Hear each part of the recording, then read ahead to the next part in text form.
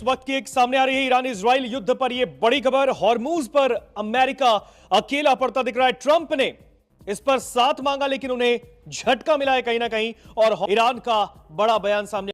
जी hello दोस्तों, मैं हूं कमर चीमा। उम्मीद है आप लोग ठीक होंगे। दोस्तों, इंडिया ये कह रहा है कि उसके दो इंडियन बाउंड जो शिप्स थे जो एलपीजी लेके स्ट्रेट ऑफ हार्मस से गुजरे हैं, और पाकिस्तान ने मामलात को सर के बल खड़ा कर दिया है। हमारा भी ख्याल था कि आईएमएफ की टीम यहाँ पर आएगी, उसके बाद हमें एक फेवरेबल रिव्यू देगी, और कल हमारा ख्याल था कि रिव्यू फेवरेबली मुकम्मल। अब पाकिस्तान के अंदर ये आ गया जी कि भारत तो ईरान का दोस्त है।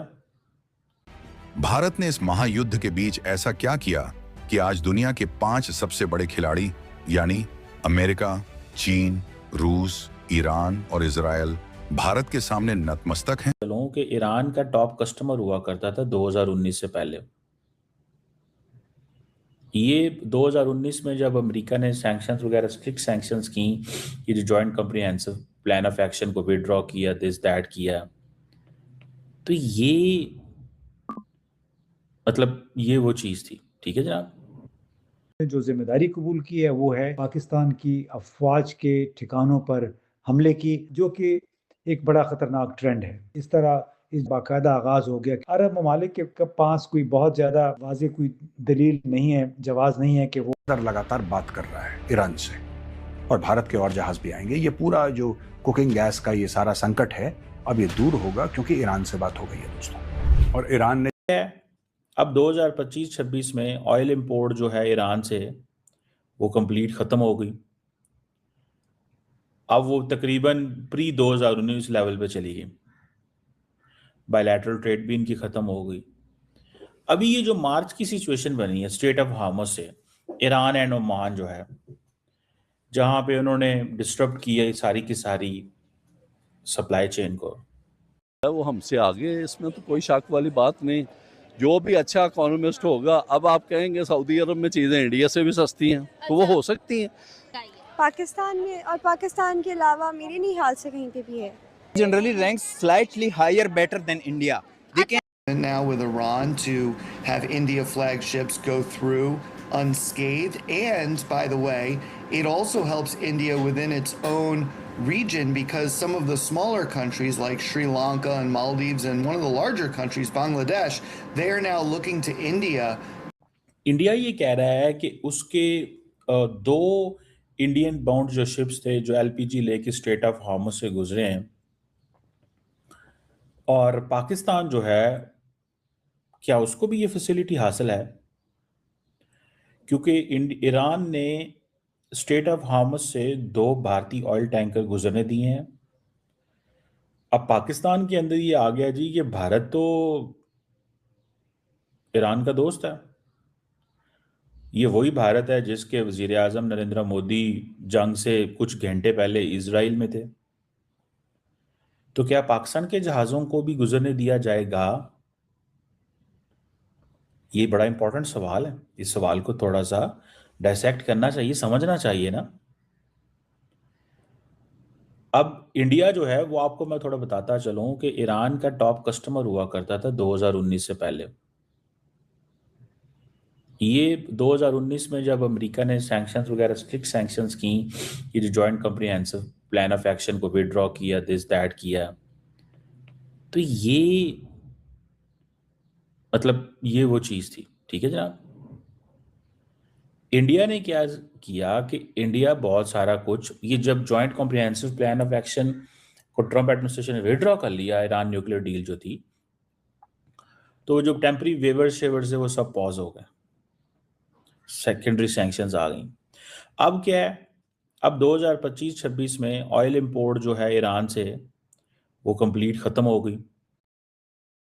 माइक्रोसॉफ्ट एक्सेल, जिसमें आज 1 लाख से भी ज्यादा खत्म हो गई।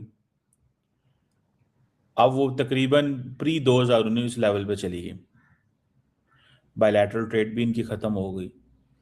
अभी ये जो मार्च की सिचुएशन बनी है स्ट्रेट ऑफ हार्मस से, ईरान एंड ओमान जो है, जहां पे उन्होंने डिस्टर्ब किया सारी की सारी सप्लाई चेन को,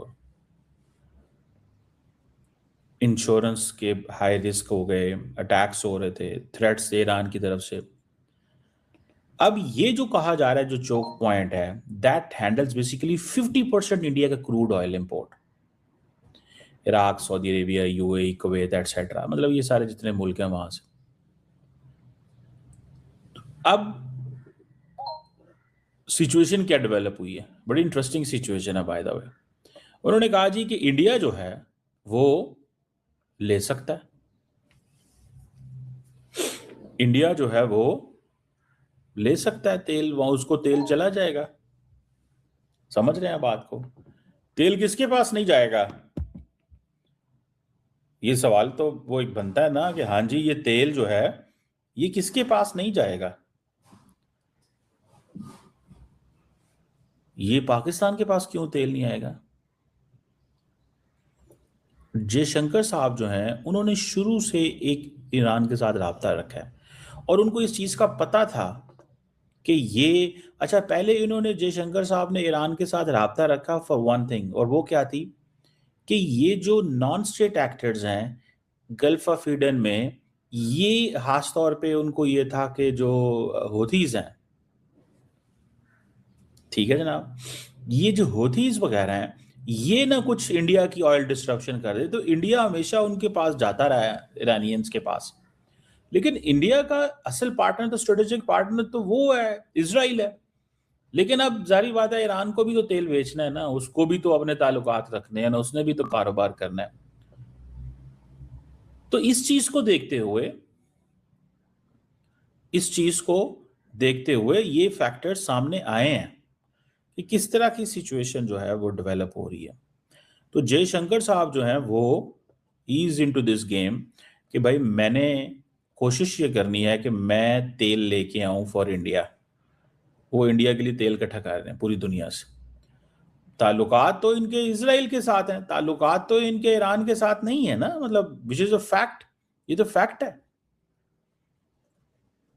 अब आप इमेजिन करें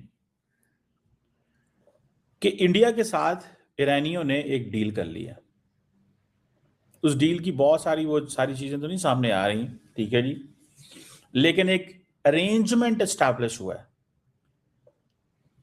और उस अरेंजमेंट के तहत इंडिया जो है वो वहां से स्टेट ऑफ हार्मस से तेल लेता रहेगा जैसे चाइना लेता रहा है। अच्छा, पाकिस्तान को थोड़ा सा ये बुरा भी लगता है, लेकिन हमें दोस्तों वेलकम है आपका हमारे इस चैनल पे टाइम्स टुडे स्पेशल। दोस्तों पाकिस्तान में एक चर्चा बहुत ज़ोरों शोरों से चल रही है, भारत को Iran interest of house much से निकली, लेकिन पाकिस्तान के साथ ऐसा नहीं हुआ।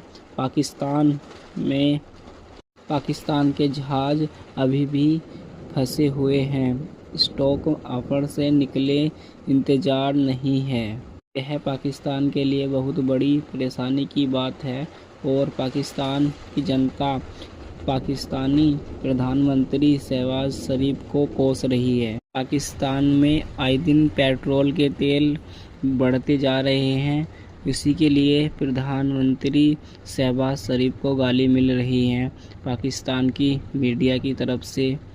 So thank you so much हमारी वीडियो देखने के लिए। बाकी हमारे चैनल को सब्सक्राइब कर लीजिए। थैंक यू सो मच दोस्तों।